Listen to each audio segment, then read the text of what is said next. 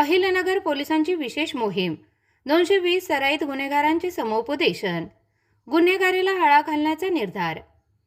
अहिल्यानगर जिल्ह्यात कायदा व सुव्यवस्था अधिक बळकट करण्यासाठी आणि गुन्हेगारी प्रवृत्तीवर आळा घालण्यासाठी अहिल्यानगर पोलिसांनी विशेष मोहीम राबवत दक्षिण विभागातील विविध पोलीस ठाण्यांच्या हद्दीतील गंभीर गुन्ह्यांमध्ये नोंद असलेल्या 220 रेकॉर्डवरील गुन्हेगारांचे पोलीस मुख्यालयात समुपदेशन केले.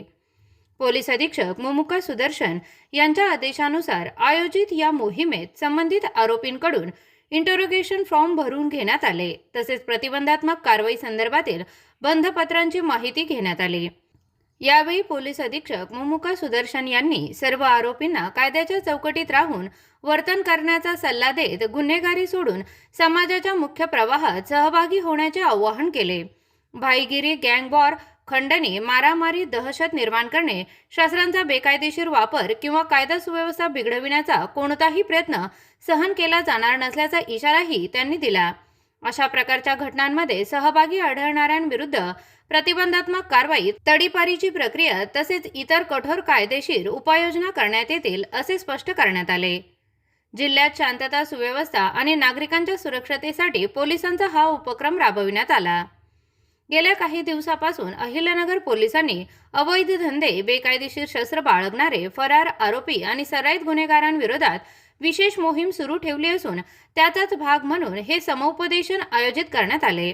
या उपक्रमामुळे रेकॉर्डवरील गुन्हेगारांमध्ये धाक निर्माण झाल्याचे पोलिसांनी सांगितले असून भविष्यातही अशा कठोर आणि प्रतिबंधात्मक कारवाया सातत्याने सुरू राहणार असल्याचा संदेश देण्यात आला.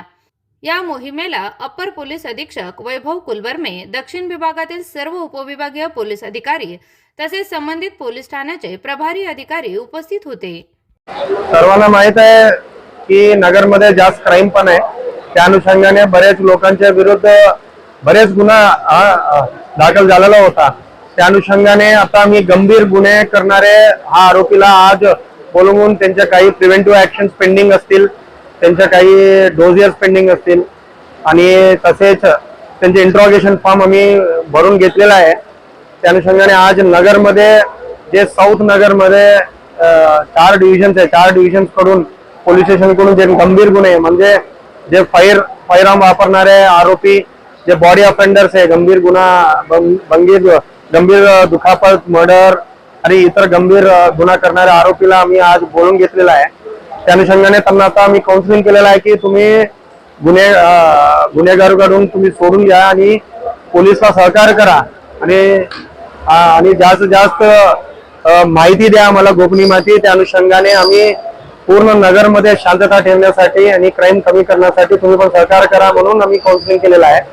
आज इकडे नगर हेडक्वार्टर्सला जे साऊथ नगरच्या बरेच आरोपी आले आहेत, ते एकूण 220 आरोपी आता हजर झालेला आहे आणि नॉर्थ नगरमध्ये आता सुरू झालेला आहे त्यांचा परेड.